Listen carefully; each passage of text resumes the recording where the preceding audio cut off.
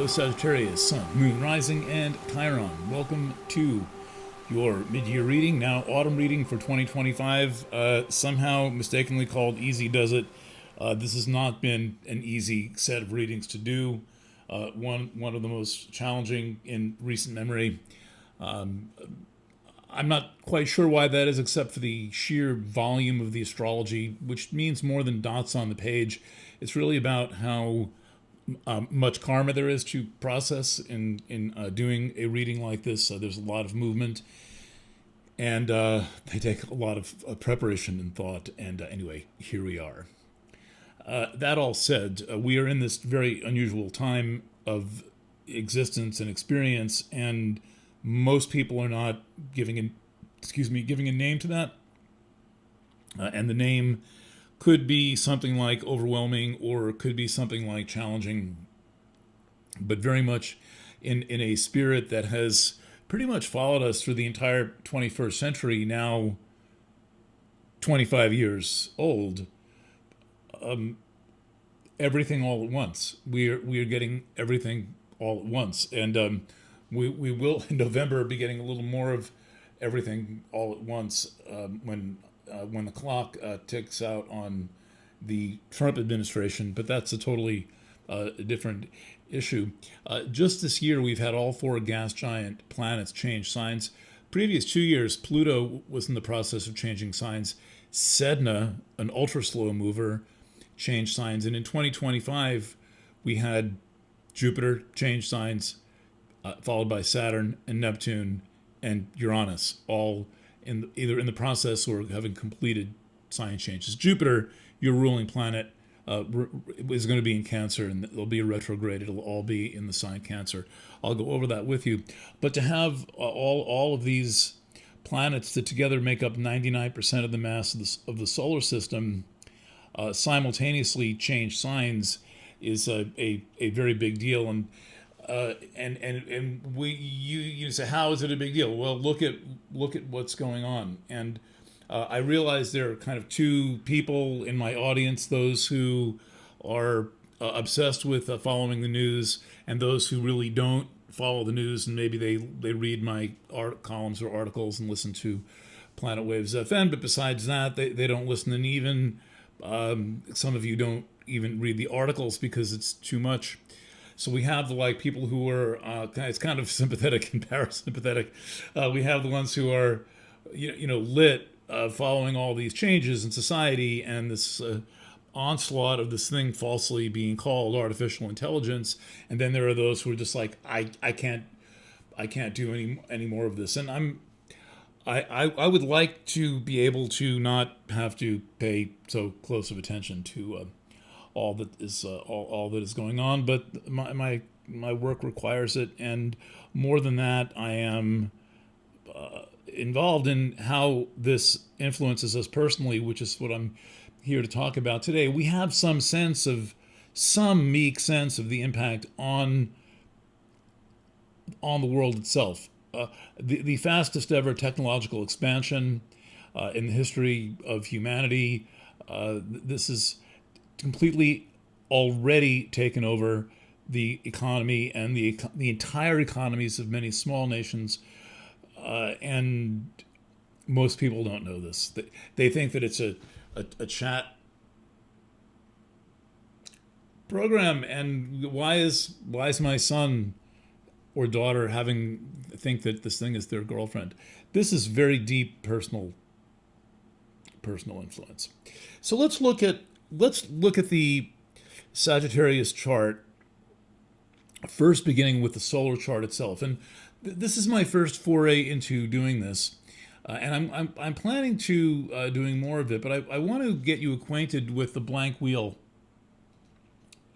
because the blank wheel is where it all begins, and it is the structure that is underlying everything. And in a world where everything changes so fast, there's no even keeping up with it. There's no processing anything spiritually or emotionally, and things just seem to come at us faster and faster. This structure has remained the same since, 2,000 years before the printing press. Printing press is approximately like 1470-ish, late 15th century, and this has been underlying everything since approximately 400 BC. This is a Greek tool. If you're a musician or you've ever studied music, you notice the resemblance to the circle of fifths or circle of fourths, and this is your basic Greek thought, and it provides a map to consciousness that we are going to follow for the next hour or so. So when we're reading for Sag Sun, Sag Rising, anything strong Sag signature, I include Chiron in this. You set Sagittarius to the eastern horizon, and that in astrology is to the left, and south is up, north is down, everything is reversed. So it's not exactly a map, but it works well when you see a planet there and you know where to look in the sky, you will see that planet be there. So it is a material representation. And what the important thing to know about Sagittarius is that there are two deep space points in your chart, in Sagittarius, that define the sign Sagittarius, and even long before these deep space points were known, the galactic center, approximately 1930, the great attractor, approximately 1985, 86 or so, recent, right, 20th century science.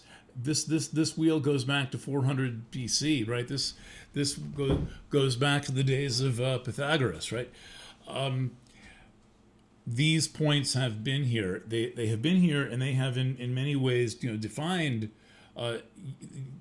the concept of what Sagittarius is long before they were known. And I think this is one of the most interesting things about astrology. Sagittarius, known for all things exotic, all things different, all things foreign and spiritual. And so when we have the center of our galaxy located right in Sagittarius, and I don't have a way to show you that right now. I can't switch. I can't share my screen, but we've all seen that barred spiral galaxy. Well, that is right here.